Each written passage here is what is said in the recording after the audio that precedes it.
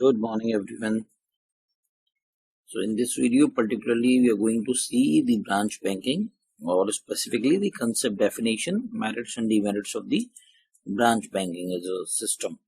Right. In the previous videos, also, when we talked about unit banking, we saw these topics, but at that time, when we were discussing the concept of unit banking, we have clearly defined that whatever the merits and demerits unit banking is enjoying and they are facing are the merits and demerits the branch banking is also facing, or in another words we can say that whatever the merits that are enjoyed by the unit banking as a system will be termed as the demerits for the branch banking, and whatever the demerits are being faced or disadvantages which are being faced by the unit banking in the previous videos will be termed as or turn up as the merits for the branch banking. So these two concepts, unit banking and branch banking, are absolutely just opposite to one another. So if you have understood the basic concepts about unit banking, it will be very easy on our part to understand the concept, merits and demerits, and the unique features of the branch banking. We are starting with the concept of the branch banking, then we will be moving towards the merits and demerits of the same. So if we start with the concept of branch banking, or it is just a system of banking in which banking institution establishes its head or main office in some big city, it conducts its banking operation or its various banking related business banking transactions with the help of its branches or offices in some regions, country, or all over the world. So it is just opposite to the concept of unit banking, because in unit banking we have only one branch or one office, or theoretically a few of the offices or a few branches, right? But it is just opposite to the unit banking. It is the banking institution which is having its head office at one central place, and it is conducting its various banking operations with the help of its branches. So it carries on its banking businesses through such offices or branches which are known as the branch, right?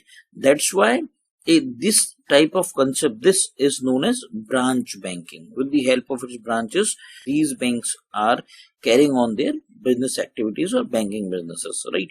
So it is a type of multiple office banking under which a bank as a single legal entity operates more than in one banking office, right? So these are just the opening lines, opening content which talks about the branch banking, which highlights the 2 points: that head office at one big city or one location, and they are having their widespread reach in India with the help of its branches or multiple offices or different offices in different parts of the country.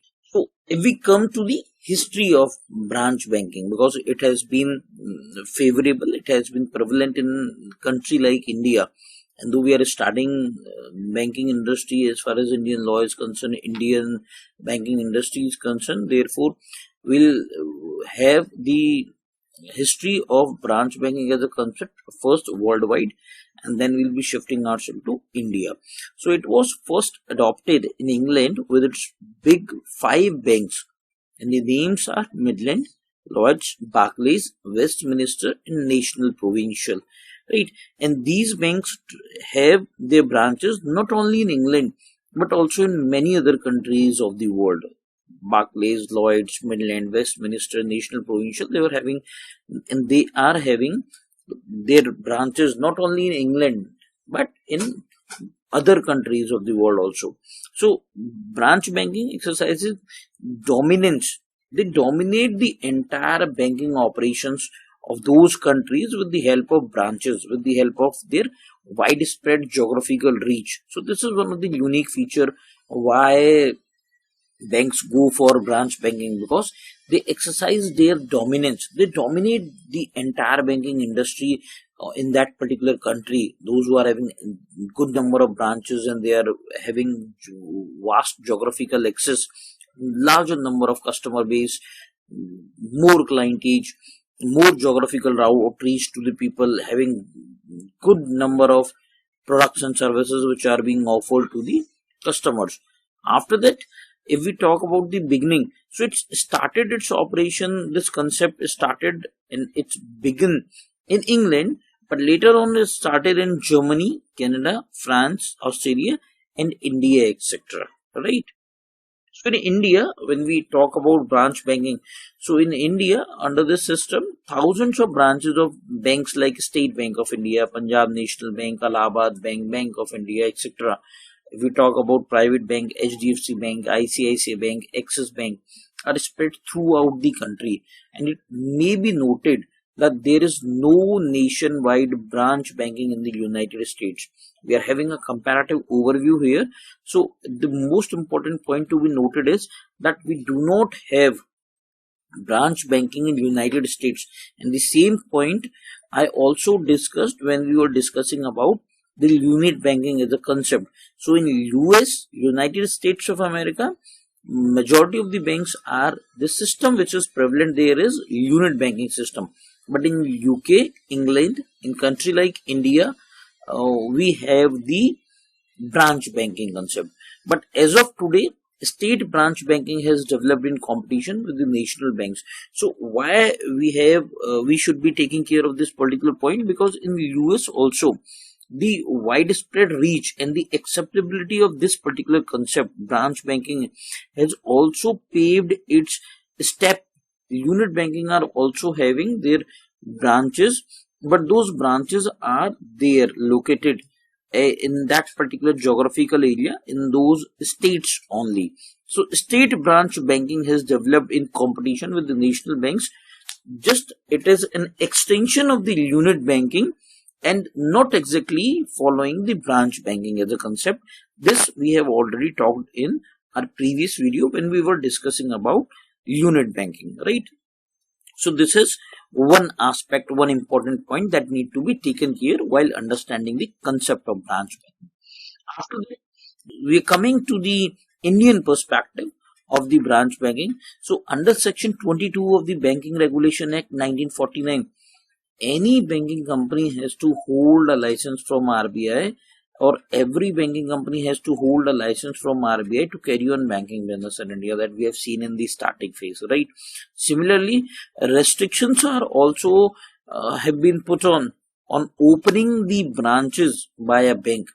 So it is not like any bank which by its own will want to set up or want to start a new branch, they're freely allowed for the same. No, there are certain restrictions from RBI that they cannot open branches without obtaining prior permissions of RBI. So no banking company can open new branches in India or outside, but can change the place of its existing branch within the same city, town or village. Now the important point that I am highlighting here is that opening of the new branches is not allowed by RBI, but the same branch, if need to be relocated, please do understand this, if the same existing branch need to be relocated within the same city, town or village from one particular location to another location within that particular city, town or village, it does not need to take prior approval from RBI, because this will not be considered as opening up of the new branch, right? So in case when a company is going to open any new branch within any of the city or any of the city where there was no existing branch, so it has to take care, it has to take permission, prior approval from RBI under section 23. But if any of the bank is going to relocated locations of the previous existing branch, then there is no need of obtaining prior permission of RBI, right? Just the address and all other formalities need to be taken care, but no as such legal prior permission of RBI is not required, right?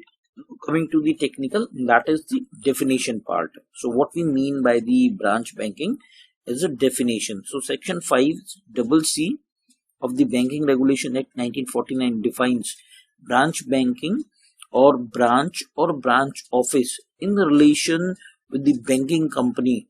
It means that any branch or branch office, whether called a pay office or sub-pay office or by any other name, at which deposits are received, checks cashed, or monies lent, which means that these three basic functions, by any name it has been called, it has been termed as, that will be known as branch or branch office, whether it is the branch office or it is known by the branch, or it can be known by the pay office or sub-pay office. Any particular terminology can be used, but these three things need to be done there, need to be performed there as far as banking operation is concerned. Deposits need to be received, checks need to be cashed, payment by checks, and money is lent, which means lending and advances, lending of advances and loans, right? So this is a definition that is given by section 5(c) of the Banking Regulation Act 1949. So in this video, we are just only seeing and understanding the concept, definition, and a brief history overview about branch banking as a concept. And in the next video, we are going to have a look to the various merits. So these are the economies of large scale of operations. The risks are spread, economy in cash reserve, diversification on deposits of and assets, remittance facilities cheaply available, uniform interest rates are available and can be allocated to the customer, proper use of capital, better facilities to the customers that can be availed by the customers also, and effective control by the central bank, that is RBI. So if you go by this, these are just the demerits. Just to have an overview, these were the demerits that were available or that were faced by the unit banking as a concept. So right, we're going to see all these in detail one by one in the next video. Till then, thank you everyone. Thank you for watching this particular video. Thank you.